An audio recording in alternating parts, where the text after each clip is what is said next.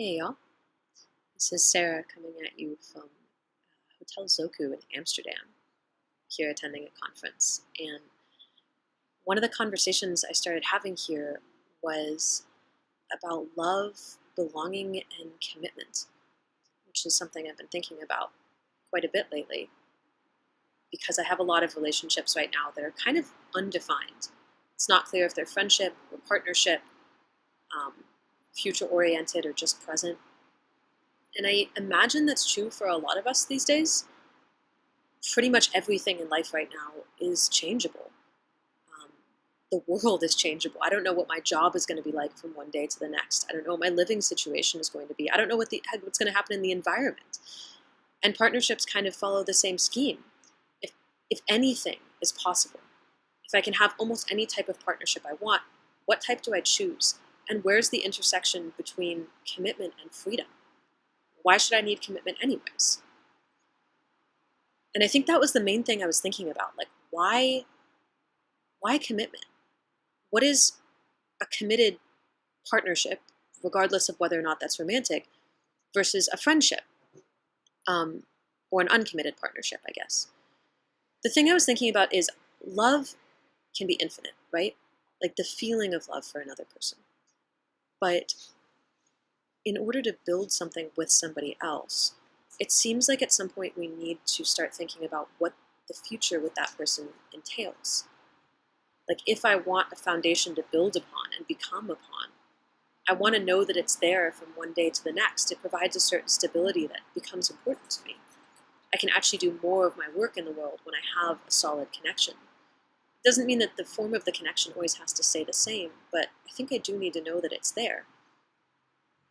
And if something's going to remain over time, I as a person am going to change quite a lot, and the other person probably will too. I have so many opportunities these days for exploring who I am, what I'm into, adding different parts to my personality, taking parts away that are from my childhood and don't serve me anymore.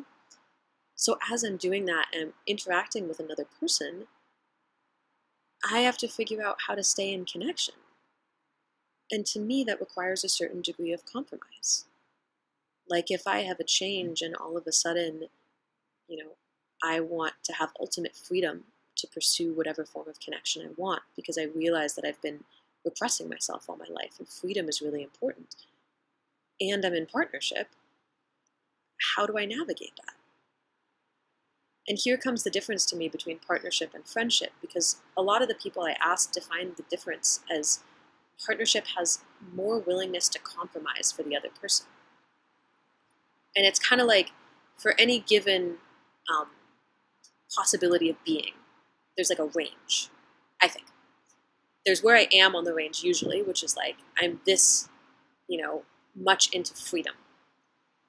But I have this range, and I could move a little bit more towards the other side. Like say my partner really wants stability, so maybe I move a little bit more to the stability end of things. Maybe my partner is like this range, right? I can't move all the way over here without sacrificing some part of myself. And often I think that's where we get resentful in a relationship, is we give up something that really matters. But I can move a little bit from my center. And if my partner can also move a little bit from their center, maybe we end up with this like Venn diagram spot where we're like, okay, we have to navigate the boundaries. We're going to have to stay in communication, but we can work. May or may not be possible. However, the interesting thing about that is if I do that in one relationship of any sort, it affects other relationships, right?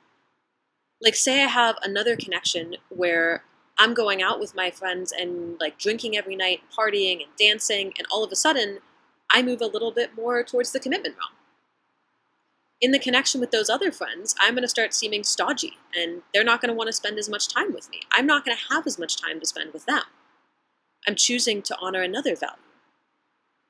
And so I think that even though love can be infinite, self isn't.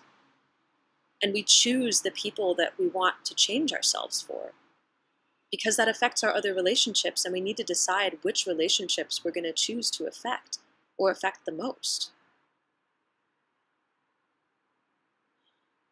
And there's something to me that's both hopeful and sad about that. I want to retain a strong sense of who I am. I don't want to give up something that's really important to me, and oftentimes I don't even know if it's important until I've given it up. I mean, I don't think we can define a lot of this stuff ahead of time. We figure it out as we're in relationship, as we're making mistakes, as we're crossing our own boundaries. And we have to trust relationship to be able to clean it up.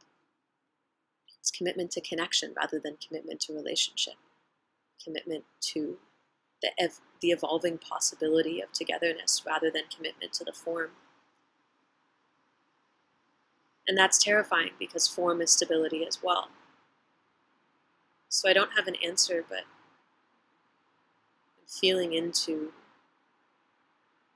this ever-evolving need to be present with what arises in relationship, to be changed by it, and to change it.